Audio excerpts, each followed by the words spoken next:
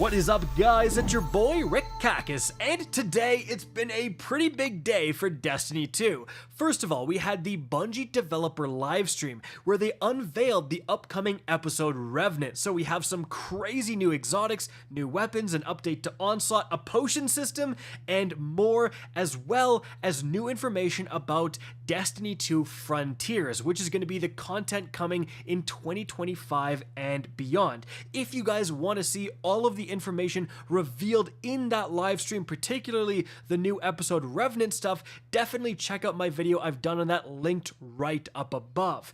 But in this video, we're going to be going over the new Developer Insights article regarding a massive announcement made during that live stream that Bungie is completely overhauling the armor system with Destiny 2 Frontiers. And so, let's get started. First of all, I just want to shout out regarding armor, something I noticed while editing that livestream video is that you can see for like 1 second the player open up his inventory, and if you look right here, there appears to be a new exotic armor piece that is associated with episode Revenant, which means we are getting some new exotic armor in Revenant. Some seasons we get them, some seasons we don't. Just thought that would be cool to share. Don't exactly know what it does, but definitely make sure to stock up on exotic engrams for Revenant. Now, as for the update to armor in Frontiers, here is the TLDR. Armor will be a more active, interesting part of build crafting. Stats will be reworked to be more impactful, less confusing, and less constraining, and set bonuses will be introduced to give individual armor sets more unique identities and build crafting elements. So here's what they say the problem is. In the years since the last major update, Shadowkeep's Armor 2.0, armor has settled into a relatively static part of the reward story. Once you have the right stat rolls, there's very little else to look forward to, and the intricate balance of stat values has a lock-in effect that makes it hard to want to swap anything out anyways. For armor to be exciting again, it needs some unique properties, and stats need to be easier to manage without so much need for fine-tuning. So here is their solution. First of all, reworked stat mechanics. Stats on armor will be changing in Codename Frontiers in order to make them more player-friendly. The first major change is the mechanics of stats themselves. So, stats effects will no longer be tiered every 10 points. Every point in a stat will provide a benefit. This change is intended to reduce the lock-in effect that happens when a fine-tuned combination of stat values makes it feel impossible to switch out any single armor piece. That's true. You get like a better statted technically piece of armor, but now you have a 99 stat, it just kills your interest in using it. Additionally, stat effects will be capped at 200 now, with the range from 101 to 200 providing an additional powerful effect building on the base effect. This change is intended to support deeper investment in a smaller number of stats and spikier stat distributions on armor with fewer secondary dump stats. They say in addition to all of that stuff, the distribution of stats on armor will also be changing. First of all, legendary armor will have a stat archetype, which determines the primary and secondary stat types, with a third stat being a free roll. The values of these stats should overall be spikier, leading to fewer points in dump stats. So, number 2, the class slot, so Hunter Cloaks, Warlock Bonds, Titan Marks, will have full stat distributions on par with other slots. So that's actually crazy, and it is now a balancing factor in terms of all of the exotic class items that you guys are probably hoarding. Now you're going to have to give up some stats if you want to put those on, or will those get stats as well? We'll have to wait and see. Here is the image that Bungie shows for all of this stuff. So you can see we have a random chest armor called Chesty, and it is a brawler type. So it has strength and discipline as kind of brawler stats, and then the third one is intellect. And you can see here the brawler armor archetype. It says the brawler armor archetypes have extreme melee and other close range capabilities, primary stat strength, secondary stat discipline, and the tertiary stat, which again they said is random, that is going to be intellect. And we can see in this in-game example, we have, 3 different armor mods, and then we have the set bonuses that we're going to talk about after, and we can now see that both discipline and strength are over the previous cap of 100, giving them additional effects. So 1 to 100 will affect the recharge rate. So if you have 100 discipline, you have the fastest recharge possible for your grenades. 101 discipline will not change the recharge rate anymore. Instead, it's going to add a new effect. For strength, the new effect that they talked about during the live stream was that you have a chance for your powered melees to just do 2 powered melees. So you throw a Titan shield, right? You're just going to throw 2 melee shields at once. And the higher you build towards 200, the bigger the chance of that happening is going to be. Pretty crazy changes right there. Now, Bungie continues with new stats. They say some stats will be changing with 3 goals in mind. Number 1, improve specific weak stats that offer little value. Number 2, reduce or eliminate mandatory must-have stats. And number 3, overall improve understandability of stats and their effects. These changes are still under active development, but here's a few examples. So for discipline, 1 to 100 provides increasing grenade cooldown reduction. From 101 to 200 provides an increasing chance to gain a bonus grenade charge whenever your grenade becomes available, and the stat is renamed to grenade to improve readability. Now for strength, we just talked about that earlier with the example from the live stream. Then special ammo, a new stat called special ammo. From 1 to 100 increases the rate at which special ammo bricks drop from final blows, and from 101 to 200 provides an increasing chance that a double-sized brick will drop. That is crazy. Like, you can build into special ammo. Presumably you might be able to build into heavy ammo as well. Obviously, this is going to impact build crafting massively. If your build is based around a certain very powerful special weapon, for example, the new Choir of One special auto rifle absolutely slaps, then you can actually have armor with the special ammo stat so that you're just constantly keeping that thing fed. Wow. Next up, a massive change that people have been asking for about literally a decade now since Destiny 1 is set bonuses for armor. If you play other RPGs, stuff like The Division, you're very familiar with how awesome set bonuses can be and how much they can affect build crafting. So Bungie says the second major change to armor is the introduction of set bonuses. Think of them like an origin trait for armor. They'll represent the theme of the armor and allow you to reflect that fantasy in the way your build plays. Set bonuses are perks granted when you equip 2 and 4 pieces of armor with the same set. This allows you to either commit to 2 bonuses from the same set or find combinations that fit your unique needs. We're keeping both approaches in mind as they take shape and are excited to see what each Guardian chooses to do with these new tools. Note that there is no bonus at 5 pieces because most builds are expected to include a piece of exotic armor.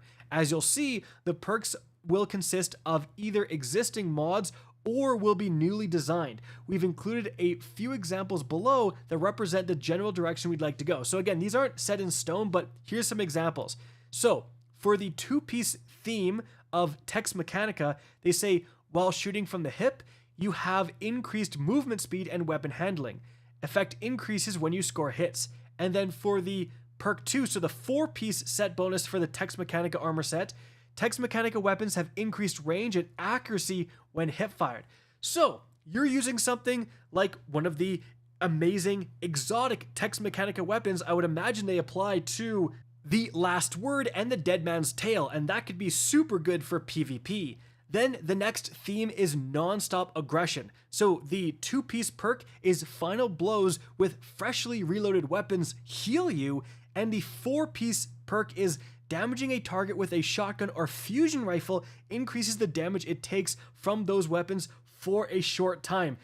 That for like DPS phases could be huge, like pumping enemies with the best, DPS shotguns in the game. That could be really sick. After that, we have the next theme being Demolitions Expert. Direct hits with explosive weapons temporarily increases their reload speed. And then the 4-piece benefit is repeated direct hits with explosive weapons temporarily increase grenade ability damage. And again, sick. Like, you're DPSing with, oh, I don't know, the Edge Transit, and then now you're throwing your, for example, pulse grenades. Those can provide a lot of additional damage with all the pulses. Now they're doing even more damage. Whew. Then we've got Vanguard Operative. So this would be something like you would find on the Strike Armor. So the 2-piece perk is activating your grenade gives you and nearby allies damage resistance against combatants, so only in PvE. And then the 4-piece set would be defeating champions with a finisher generates special ammo for you and your fire team. Wow, look, okay, that's going to be crazy good in something like a Grandmaster. And so this to me is super exciting. This really, really makes me happy and makes me excited because this is the clear, obvious evolution of build crafting that, again, people have been asking for years and years and years. Being able to now have armor in different sets, like, it's just going to, like, literally just imagine for a second how much more valuable it's going to make rewards in every aspect of the game. I can't even remember the last time I really cared about strike armor. In fact, I would say you when you are getting all of your engrams, getting rid of them, you're just looking for weapons. Every single armor piece you get is cringe and lame, and you delete it immediately. Now, if you're going for that Vanguard Operative, you now need 4 pieces of that Vanguard armor to put together that very, very good perk. And so that means it's exciting when you get Vanguard armor because you're obviously trying to get the best stats you can on all this Vanguard armor so you can have the best 4-piece of this particular build as possible. Or are you going to mix, again, like 2 and 2 from 2 different sets? You have the non-stop aggression and demolitions expert, like, together could be really sick. Like, there is so much different stuff you could do with this build crafting system. And we have seen how much origin traits have made certain weapons from certain areas of the game good. You know, certain raid origin traits are incredibly good, such as the one that heals you from the Disciples raid. So now imagine you have raid armor and dungeon armor and different, you know, sets of armor having these different perks is going to make them super desirable and, again, just fuel some crazy build crafting possibilities. Moving on from there, guys, we're going to end here with an FAQ. So, what happens to my old armor? Probably the biggest question here. Old legendary armor will be changed as little as possible, but because the change to stat mechanics and types are global changes, old armor pieces will have their stat types, but not their values, changed around. When possible, these changes will be to the most similar stat, but with some stats being fundamentally reworked, this won't always be possible. And so what that means is that certainly if you have high stat armor, it's sounding like, okay, it'll still be high stat armor, which might be very valuable, but I don't think they're going to be going back and adding these set bonuses to old armor. So when we start to really get more of these set bonus armors in the game, and the set bonuses, if they end up being really good, I mean, your armor is going to be obsolete. Like, this is one of the downsides of this system. Certainly, again, for just raw stat-wise, you're probably going to be hanging on to your old armor for quite a while until you get good enough stats to warrant replacing them. But overall, you know, new armor with these stat bonuses, if they're anything near as powerful as the examples we just read, they're going to be outright better than anything you're doing with your normal legendary weapons, because these stat bonuses are sick. These stat bonuses are probably worth a few tiers of recharge in terms of your stats. Like, I would go down 10 discipline easily if I had it so that, you know, defeating champions with a finisher generates special ammo. Like, that is worth 10 discipline in my opinion. So definitely this is a bit of a blow to your collection, right? We've kind of power creeped out old armor potentially.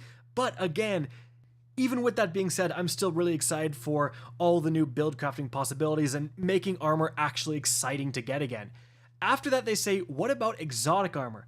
Updating the exotic armor pursuit is on our roadmap, but won't be part of the initial update that is focused on legendary armor. So to make sure that exotics and their build defining perks remain a compelling option, we are working out a design that will allow players to update their exotic armor to bring their stat bonuses in line with the changes to legendary armor. The exotic class items introduced in the final shape are a special case. Even though legendary class items will be gaining full random stats with this update, we don't wish to add additional randomness to the exotic class items chase. Instead, we will be providing a method for players to update their existing exotic class items with additional stats of their choosing to bring them in line with the stat contribution of the new legendary class items. More details on the longer term plans for exotic armor will be coming as we nail them down. And the final question, something I was absolutely wondering. In fact, I kind of went on a rant about it, then I had to, delete it from the recording because they answered it here.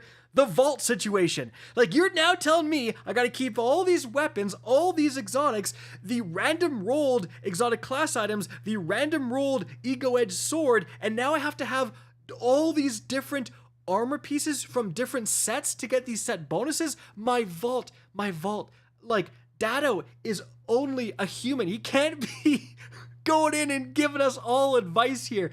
And also, I don't want to listen to Dado. I want to keep all my stuff and collect it forever because that's who I am, dude. So, they say, my vault is full. Where am I supposed to store all this new armor? They say, we know that vault pressure is a real problem for many players. Even with recent increases in vault space, outside of adding more vault space an option, real solutions that enable long-term storage of more desirable roles are really hard problems.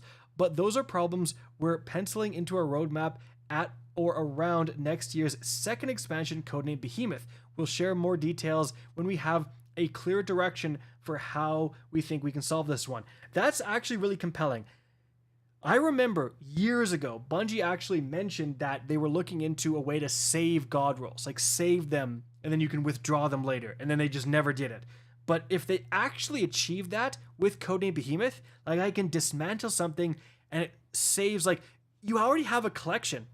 Just have it so that when you hover over collection, it has saved rolls and it's, deleted rolls for a certain weapon that you acquired, and you can just withdraw anything that you previously got, any combination of perks you previously got, for an example. Or maybe if you particularly like a certain god roll, you can archive that and it saves that particular archived roll. You can save like one archived roll for each different legendary weapon within your collection. That would let me delete so much stuff, because the main thing is, part of the reason you have such a big vault is that Bungie just drastically changes the meta like every season. Like, people are always saying, why do you have such a big vault? Just clean it. And then when they update a certain weapon and buff the crap out of, for example, grenade launchers, the same people who deleted all their heavy grenade launchers are like, hey, Bungie, I'm so sad. Now we have to grind grenade launchers again. I don't have to grind crap because I just withdraw all the ones I kept in my vault, baby. And now I'm living large. That's what I want to be able to do. I want to be able to save old god rolls, clear out my vault, but if they ever do one of their many, many buffs to a particular weapon and suddenly an old weapon becomes viable again, you can withdraw that and actually play with that, but it's not taking up a vault space slot in the meantime. Anyways, guys, really big changes there. Really big changes there. And really exciting changes. Obviously, there's some downsides to this system. We saw before, Bungie simplified all the armor into these different categories with Destiny 2 launch, and it was a disaster. But there still sounds like there's, enough stat distribution and randomness and stuff like that to make these things potentially viable. I really hope this works out, because if it does, it really could improve Destiny. This is such a compelling loot chase. Right now, as an endgame player, I cannot tell you how many years I've gone without giving a crap about armor that drops from most activities. Aside from Artifice armor, I could not care less. So now, making me suddenly care about half of my loot again? That's a really big deal. Guys, that is it for the video. Hope you enjoyed and found this informative. If you did, please remember to help me out by simply rating and especially sharing this video. If you guys want to see more Destiny 2 content similar to this, don't be afraid to slap that subscribe button. If you want to keep up to date with the latest channel activity, the best way is to follow me on Twitter at RickCacus. That is linked in the description down below. Again, I hope you enjoyed the video, and as always, have a good day.